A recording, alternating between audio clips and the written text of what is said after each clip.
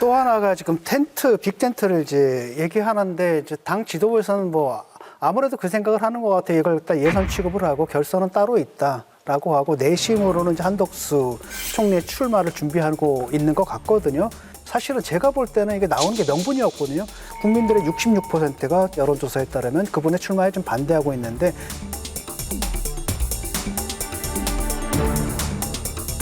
그 이유는 뭐냐면 탄핵 정권의 총리 아니냐. 그렇다면 그 탄핵당한 정권과 운명을 같이 하는 게 정치적 도의다라는 측면이 있겠고 또 한편으로는 선거 공고를 누가 냈습니까? 자기가 선거 공고를 하고 근데 그 선거에 자신이 나온다라는 것 자체를 국민들이 납득을 좀 못하거든요. 그런데 이분은 이제 재밌게도 분명하게 얘기를 해야 되지 않습니까? 당시 출마할 거냐 말 거냐라고 하면 대답을 안 해요. 대통령 출마 계획 있으십니까? 입장 분명히 밝히지 않는 이유 있으십니까? 권한대행으로서 헌법 위배 주장하십니까?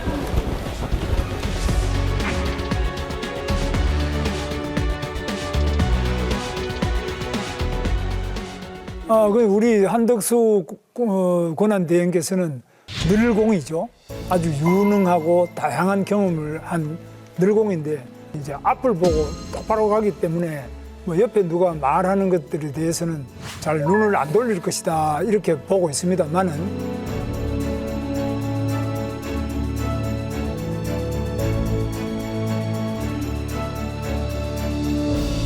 공무원만 덜 하시던 분들이 이 정치판은 또 다르잖아요. 문법 자체가 다른 동네에 와서 과연 아름다운 장문을 할 수 있을까?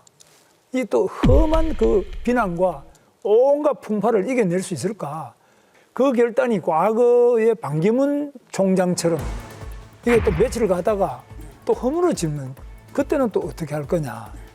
그런 면에서는 저는 상당히 우려도 하는 점이 있는데 그러나 국민의힘에 지금 말씀드리는 건 내용은 우리는 어떤 방법이 있더라도 그 누구와라도 손을 잡고 대변화를 일으켜야 된다라는 그런 생각입니다.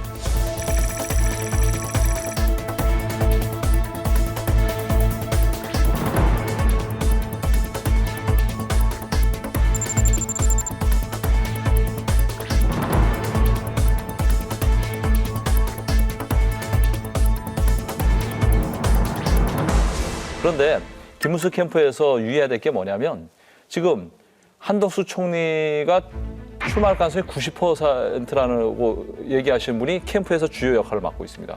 그러면서 의원들 한 50여 명이 뭐 한덕수 총리의 출마를 지지하고 있다 얘기하시는데 제가 파악하기로는 50명 안 됩니다. 그리고 한덕수 총리 출마 추대위라는데 명단도 공개하지 않아요. 명단도 이른바 영향력 있는 정치인들이 없습니다. 현역 의원도 없고 옛날 정치인이죠. 손학규 대표라든가. 그런데 계속적으로 캠프 내부에서 그 한덕수 총리와의 단일화를 얘기하는 것은 김문수 후보는 물론이고 보수 후보들의 경쟁력을 깎아먹는 거예요. 근데 그렇게도 보실 수 있지만 제가 보는 것은 다릅니다. 우파 쪽에도 바깥에 있는 온갖 광장의 세력들이 있습니다. 이 부분도 지금 다 우리가 포용이 되고요. 또 우리 당 내뿐만 아니라 예를 들면은 다른 당에 있는 분들이든지 또 다른 생각이 좀 굉장히 멀지 않느냐 하는 부분까지 빅 텐트를 항상 생각하고 있습니다. 왜냐하면 그렇게 하는 것이 국민 통합의 첫걸음이고 우리 승리의 첩경이기 때문에 그 이외에는 길이 없습니다. 뭐 과거에 이게 어떻다 또 딴 데 안 됐지 않냐 이런 것은 지금 안 통합니다. 예, 그 축구 경기도 보면은 결승전 티켓하고 그 예선전 티켓하고는 값이 다르거든요. 그런데 이제 국민들의 입장에서 좀 황당한 거거든요. 이거 결승전인 줄 알고 봤는데 이게 예선전이다라고 하면은 그 실제로 또 아까 그 한덕수 캠프로 달려갈 준비가 되어 있는 그분들 중에 또 일부가 김문수 후보님 캠프로 왔다. 그래서 그걸 보면 일각에서 뭐라고 얘기하냐면 결국 결선 준비하는 게 아닌가. 공당의 후보가 당선이 됐는데 또 다른 결선을 갖다 준비한다는 것 자체가 어떻게 보면 자존심 상하는 일일 수도 있고 말이 좀 안 되는 거 아닙니까? 원래는 원칙적으로 말하자면. 과거에 뭐 노무현 또 정몽준 그런 경우도 있었고요.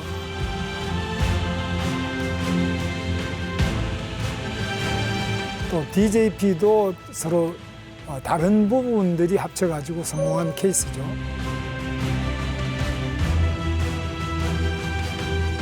그런데 우리 한덕수 권한대행 같은 경우는 윤석열 대통령의 내각의 책임자 아닙니까? 그래서 뭐 꼭 그렇게 특별하게 다른 것이다 이런 생각은 안 합니다. 다만 국민들 보시기에 국민의힘이 왜 경선을 다 끝났는데 이게 지지율이 안 오르느냐 이러면은 이제 그런 비상한 방법이 동원되는데 통상적으로 당연히 국민의힘 경선 막바지로 갈수록 지지율이 올라갈 것으로 저는 보고 있고 최선을 다하겠습니다.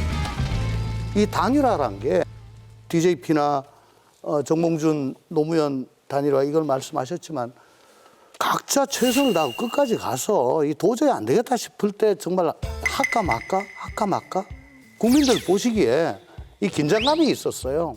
근데 이거는 경선하기도 전부터 저기 모시고 와야 된다 이런 얘기가 당내에서 분출을 하고 그리고 아예 이거는 뭐 하는 걸 기정사실화 해버렸기 때문에 월드컵 지역 예선으로 지금 끝난 겁니다. 이 본선이 아니에요. 뭐 이게. 그러나 노무현 대통령 때도 보면은 지지율이 아주 낮았어요. 거의 포기 상태에 있었습니다. 그런데 이제 정몽준하고 단일화 과정을 통해 가지고 급상승해서 대역전을 섰습니다. 뭐 길지 않은 시간이었습니다. 지금부터 더 짧죠. 그런데 이 대선이라는 거는 매우 역동성이 크고 그 변수가 많기 때문에 우리 내부에서는 잘못된 점은 끊임없이 반성하고 고쳐나가면서 남은 짧은 기간이지만 이 기간 동안 반드시 필승을 이뤄내겠다 이렇게 생각합니다. 한덕수 권한대행과 단일화 요구가 나오면 적극적으로 응하시겠다는 말씀이시죠?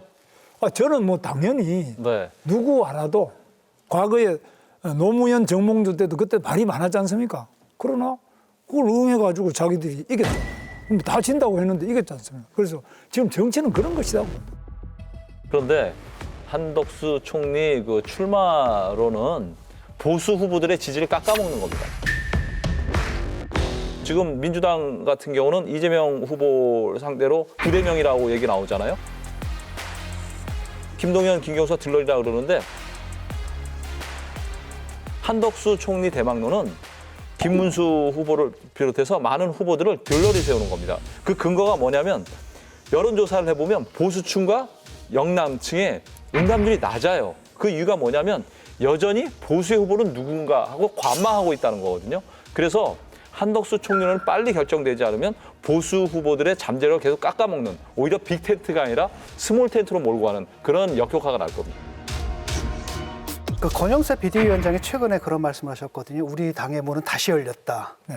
그래서 복당하신 분들, 그러니까 대선과 총선 과정에서 당을 떠나신 분들 다시 복당시키겠다 이런 말씀을 하셨는데 누굴 복당시키지? 그냥 가만히 생각해 보니까 딱 한 사람 이름만 떠오르거든요.